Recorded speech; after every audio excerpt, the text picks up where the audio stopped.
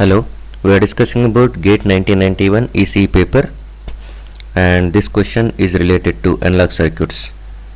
Look at the circuit diagram that consisting of two transistors, both are identical and have a high gain, a high value of beta, and given that one DC base emitter voltage drop is 0.7 volts and thermal voltage KT by Q or VT is 25 millivolts. Find the small signal low frequency voltage gain V0 by Vi we are going to calculate. Okay, and it has given that one high value of beta. High value of beta is nothing but beta is very large. The other way of saying this one is nothing but we know the relation between IB and IC is IB is equal to IC by beta. Since it is very large, okay, so this will be approximated as 0 itself. That is, you are neglecting base current. Whenever it has given that one the beta value is very high, simply it is saying the other way of neglecting the base current. So base current flowing in both the transistors are going to be neglected. So whenever base current is neglected, at that time collector current is same as emitter current, because IE is equal to IB plus IC, and if you neglect IB, IC and IE are going to be same. The meaning is nothing but the same collector current, whatever it is flowing, IC1, it also flows through over here, that is also IC1. And this is, assume that when it is Q1 transistor and it is Q2 transistor. This is base 1 and it is collector 1, this is emitter 1. This is emitter 2 and it is collector 2 and base 2. If you observe Q2, collector and base are going to be shorted, so simply Q2 act as diode. Q2 act as diode. For a BJT which will be having 3 terminals, out of that one if 2 terminals are shorted, at that time that act as a simple PN junction, that is diode. Okay, so now to calculate small signal low frequency voltage gain, we have to draw the AC equivalent circuit. That AC equivalent circuit, okay, we are going to draw with the help of R parameter model.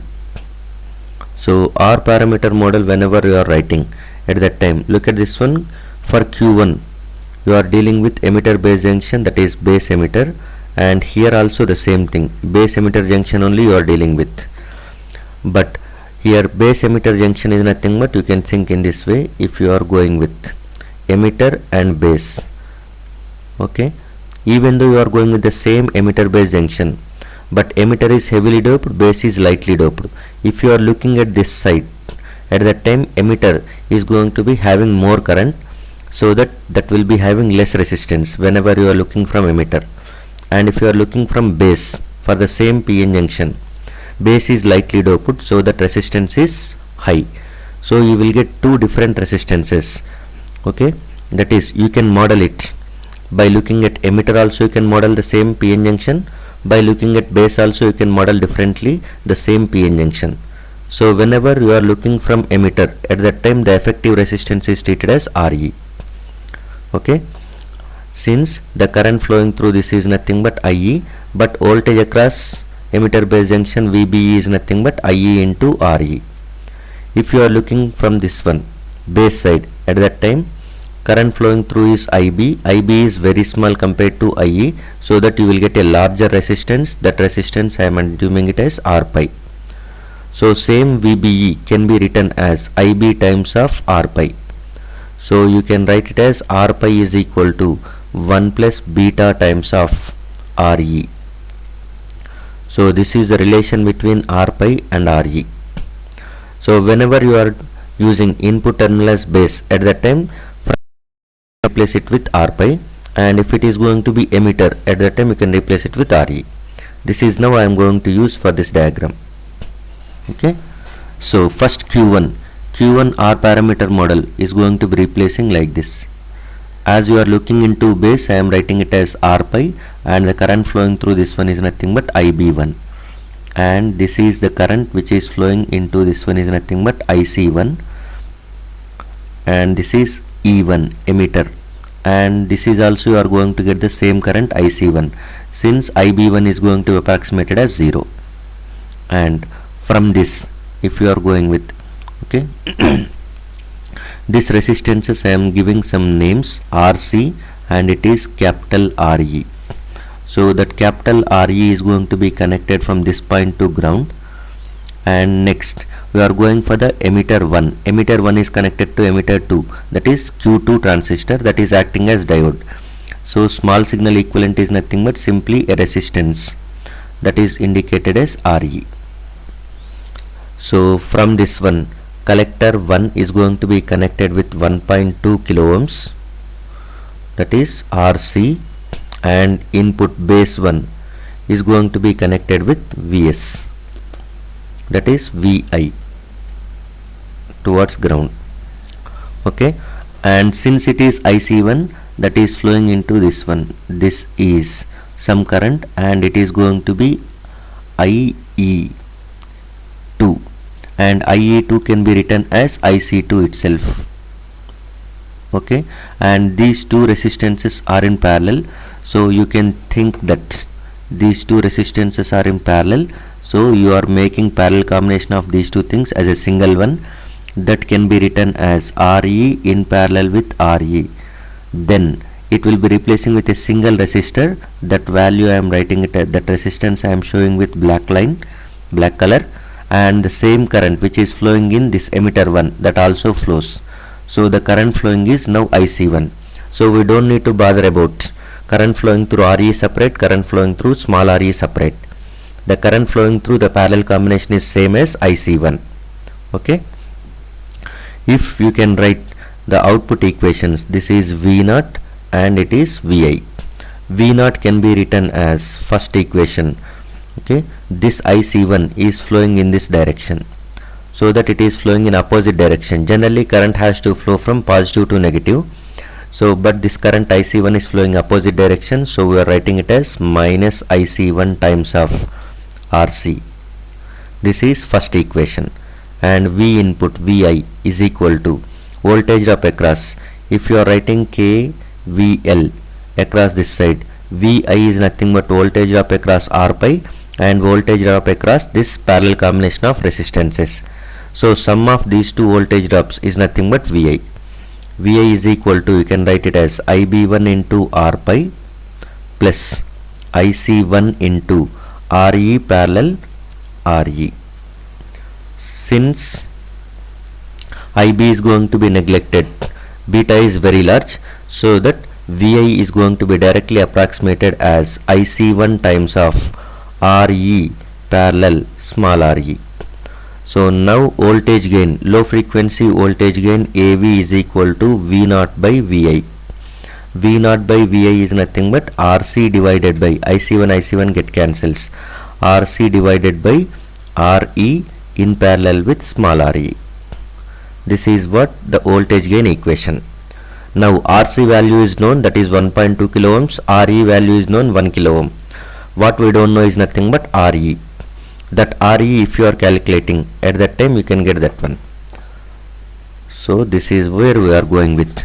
We know AV is equal to RC divided by RE in parallel with RE, where RE is equal to, where RE, small re, is nothing but Vt by IE, the equation is, but in this case Vt by IC, that is nothing but IC1 in our case. So now we are going to calculate IC1. IC1 is nothing but DC collector current, remember that one, DC collector current. DC collector current, if you want to calculate, you must ensure the DC conditions only. Okay, so we are going with DC conditions now. DC conditions is nothing but voltage drop across this one is VBE. Now I am writing it as capital letters VBE. Okay, and now, and VBE value is going to be given as 0.7 volts. And there is a collector current of IC1 flows, and since same DC voltage you are applying, at that time same collector current, that is nothing but, that is the current flowing through emitter, so IC2, which is same as IC1. Remember that one, DC voltages, DC base to emitter voltages are going to be same for the both transistors, that is biasing voltage for emitter to base is same, so that same biasing currents flows. That is, the collector current which is flowing in emitter of Q1 is also same as emitter current flowing in Q2 transistor.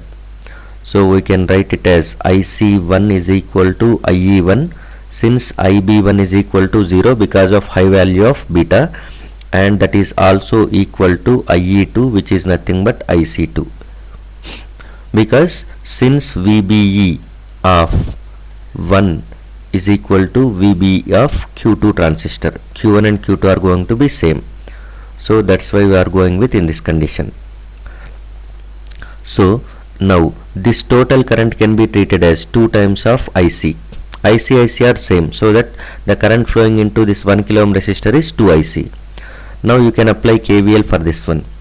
Voltage across this node is going to be equal to, voltage across this node is, that is emitter to base, which is nothing but minus 0.7 volts. So write the KVL equation, minus 5.7, okay, minus 2 IC times, okay, and plus 0.7 is equal to 0, okay, minus, this is plus minus, and this will become plus. As you are going with opposite direction, I am going in this direction, current is coming in the opposite direction, and 2 IC is equal to 5 volts, which is nothing but IC is equal to 2 milliamperes. IC is equal to 2 milliamperes. So collector current is 2 milliamperes. From this one, RE can be calculated as collector current is not 2, it is 2.5 milliamperes, sorry, 2.5 milliamperes, and VT, thermal voltage, is given as 25 millivolts divided by 2.5 milliamperes. So RE value is nothing but 10 ohms. Now we are going to substitute the values. AV is equal to 1.2 kilo ohms, that is nothing but 1200 ohms, and this is RE is 1000 in parallel with 10. So this will be approximated as 10 only, because we know parallel combination of two resistors is always results lesser than the least value. So we are going with 10 over here, so it is going to be equal to minus 120. This is minus RC, minus 120. So voltage gain of this circuit is equal to minus 120. So the right answer for this question is minus 120. Thank you.